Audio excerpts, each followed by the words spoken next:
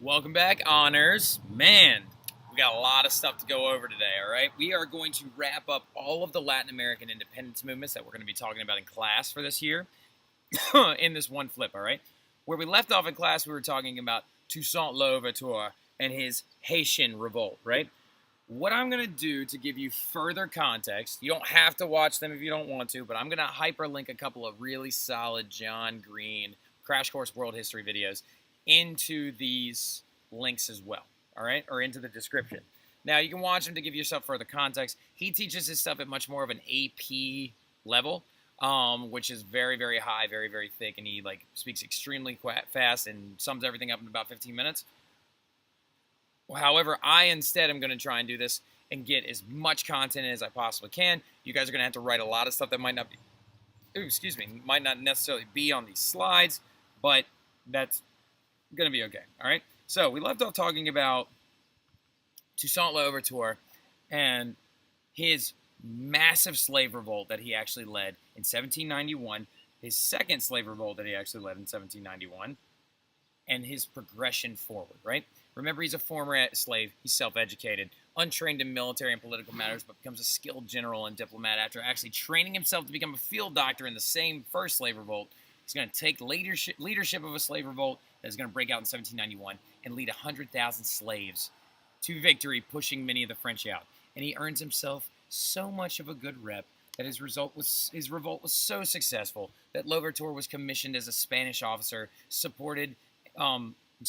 commissioned as an officer in the Spanish military, as a giant "we hate you" from Spain to France, right? Because Spain actually supported a lot of these Haitian revolts because they saw an opportunity to possibly weaken one of their enemies and then also saw an opportunity to possibly take a colony that they may want, right? So L'Ouverture, though, is going to be commissioned as a Spanish officer. Now, remember, the French Revolution is taking on shape and form during this entire time period.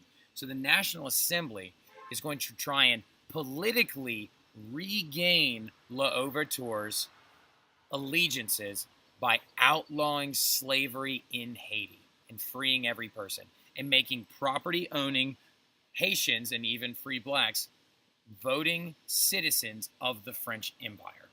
This was a massive leap forward for political rights. This is a massive leap forward for Haiti itself. And so L'Ouverture is going to realign and actually go back with France and stay as a part of the empire, right?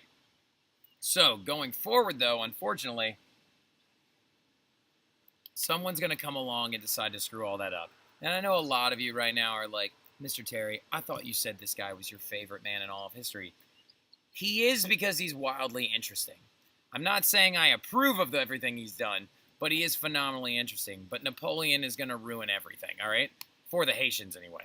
So, in January of 1802, French troops land in Haiti, sent by Napoleon himself. Remember, this is still Saint-Domingue, right?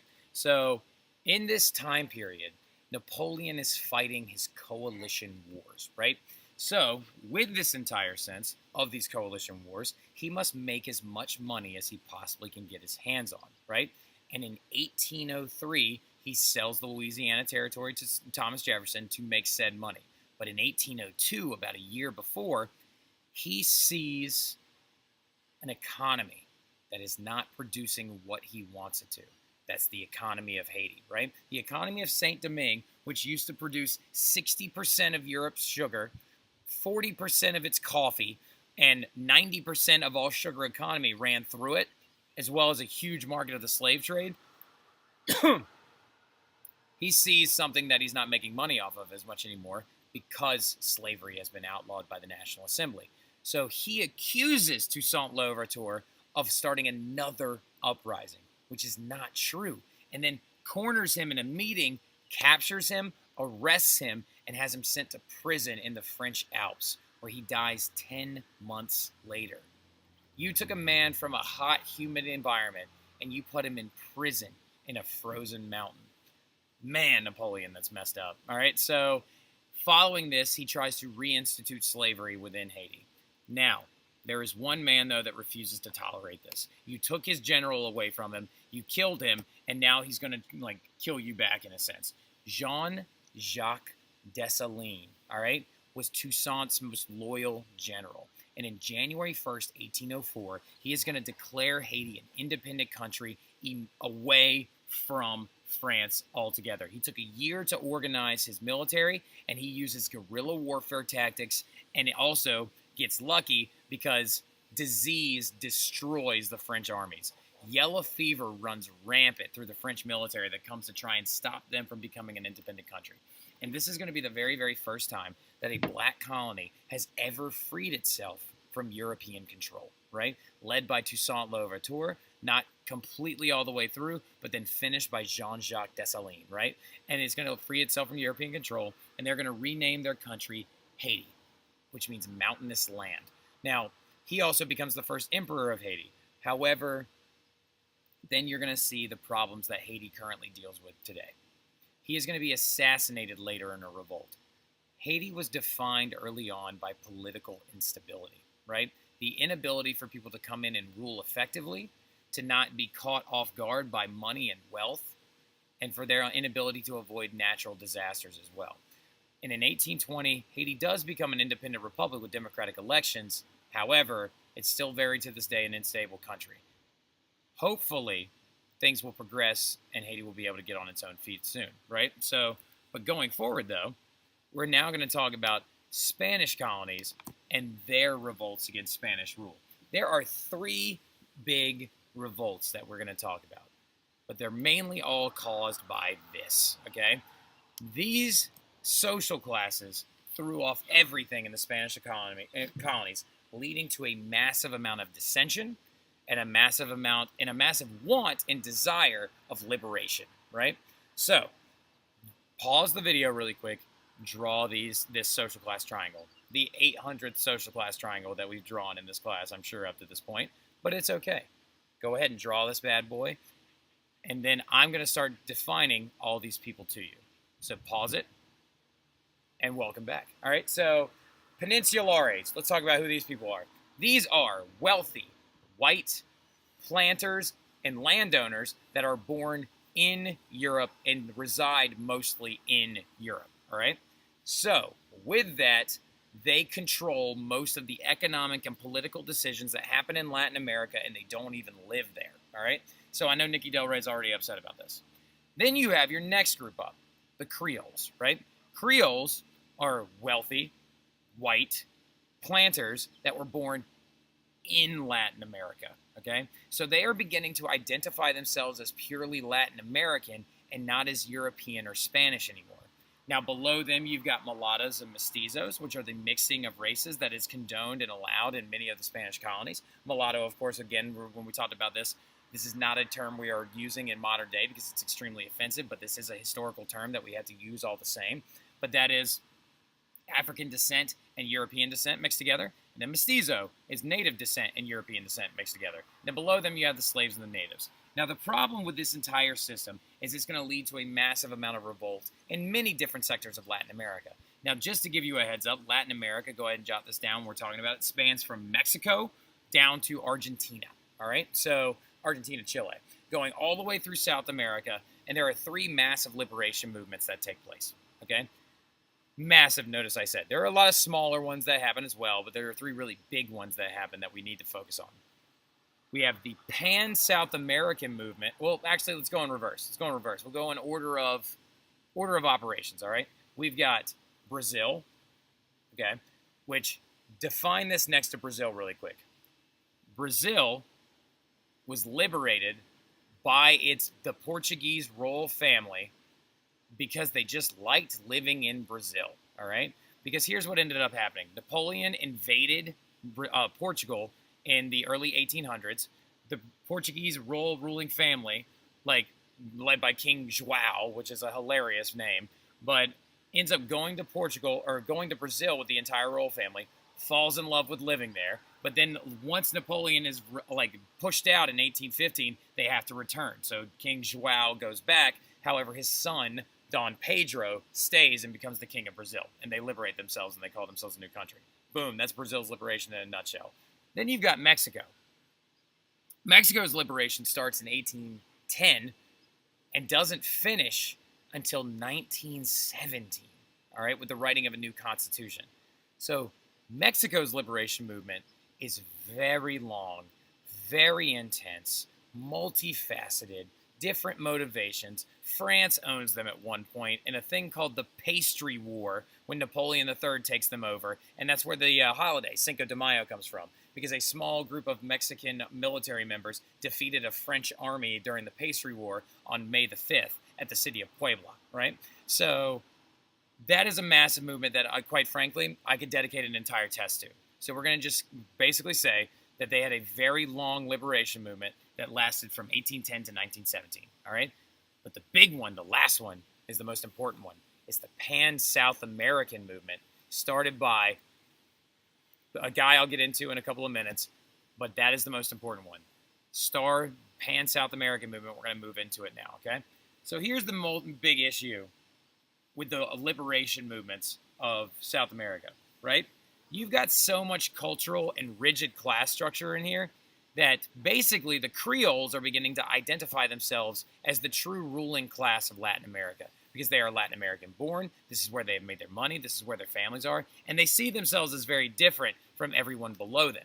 And also, due to these classification systems, you're leading to a bigger gap between the lower classes, mestizo, mulatto, and below, and the Creoles above them. Because every single time a mestizo or a mulatto would actually have children with a person outside of their class, they would try to quantify these people in these things called castas, or classes, right? Casta paintings were very popular, trying to identify every single possible race that could pop up in this system. So what you end up having is a very large separation between your Creoles and your lower classes, right? And then in 1808, here comes Napoleon in his Peninsular Campaign. This guy is everywhere. This is what I'm talking about. He's one of the most important figures in all of history because he literally shakes the ground of the bedrock of everything that all of history sits on during the early 1800s. But Napoleon is going to invade Spain in 1808 during his Peninsular Campaign. Now, he has early success. Now, we do know that this is one of his biggest mistakes because guerrilla forces are going to fight Napoleon all the way up until 1812, and they're going to massively hurt his ability to wage war throughout the rest of the continent. Now, speaking of, though, when he gets there and takes over Spain successfully, he removes Spain's King Ferdinand VII and makes his brother, Joseph, king of Spain. Also, disgusting fun fact, he gets his stepdaughter to marry his brother, and the gap between their ages was like really, really big, like 20-something years. Gross. Now, anyway, Creoles are going to use this, though, as a reason for revolution. Because in 1810, rebellions are going to break out across all of Latin America, right? Motivated mainly by the Creoles. Now, this is a great painting to try and define the chaos going on in Spain leading to the revolutions in Latin America.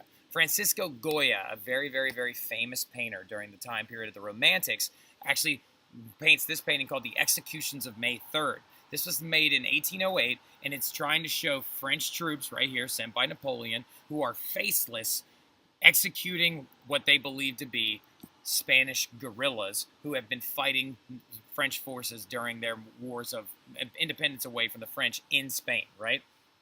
Well, due to this entire thing, there's going to be a massive pulling out of Spanish military to go fight the Napoleonic Wars and try to actually hurt the French in their gains of Spain, leaving only about 10,000 Spanish military members back in Latin America by 1820.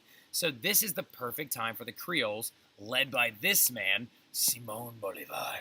And if you say his name with a low, deep, raspy voice, he just sounds like a telenovela star, right? Simon Bolivar. It's insane. Now, he's a wealthy Venezuelan Creole known as the Liberator, right? El Liberador. Now, El Liberador himself is so famous in Latin America that he has a country named after him, 2 separate currencies, and one of the national symbols of Colombia is his sword, right? So, this man starts the liberation movements during his Pan-South American campaign. Now, we call it that specifically? No. Historians call it that because we're trying to refer to the idea that Bolivar believed not in the small, divisible countries of South America, as in being, I am Venezuelan, I am Colombian, I am Ecuadorian. He saw it more as we are all South American, right? And we must liberate all of South America from Spain, okay? So while Mexico's minding its own business and leading its own revolution, and while Brazil's doing its thing with the Portuguese, Simón Bolívar begins the liberation movements of South America. And he does this by trying to amass a small military to fight against the Spanish in 1811. He actually originally unites with a bunch of cowboys named the Caballeros, and he actually uses them as a part of his military because for a long time the Caballeros actually supported the old kings back in Spain, and then he convinces them to actually join his side and fight against the Peninsulares to establish a new country, right? So Bolivar's armies are actually unsuccessful at first, but by 1819, he wins major victories due to the instability going on back in Spain. He marches over the Andes into today's Colombia and defeats a massive Spanish army. Now, as he does this, Venezuela declares itself completely independent in 1821. And then he marches north towards Ecuador to actually meet Jose de San Martin, who is on his way from the south. And some of you are like, wait a minute, Jose de San Martin? Who is that? Well, this is a man that was also leading another pan-South American movement at the exact same time as Simon Bolivar, except he was leading his in Argentina. So you've got a pincer move going on where you've got Simon Bolivar in the north and San Martin down in the south, and they're going to try and meet each other in the middle, right around Peru, right? So San Martin is a simple, modest man with the most amazing sideburns you've ever seen in your entire life. Born in Argentina, and he spends most of his time as a Spanish military officer learning how to actually fight war, or fight in wars, right? He is a Creole, right? So he supports the Creole people, and he supports Bolivar. So in this process, he declares Argentina independent in 1816, right? And San Martin is going to lead an army across the Andes into Chile and join a man that is one of the most ridiculous names in all of history, Bernardo O'Higgins. I know some of you are like, whoa, what kind of name is that? His father was Irish. His mother was native Spanish. So, Bernardo O'Higgins. So he joins up with him and frees Chile.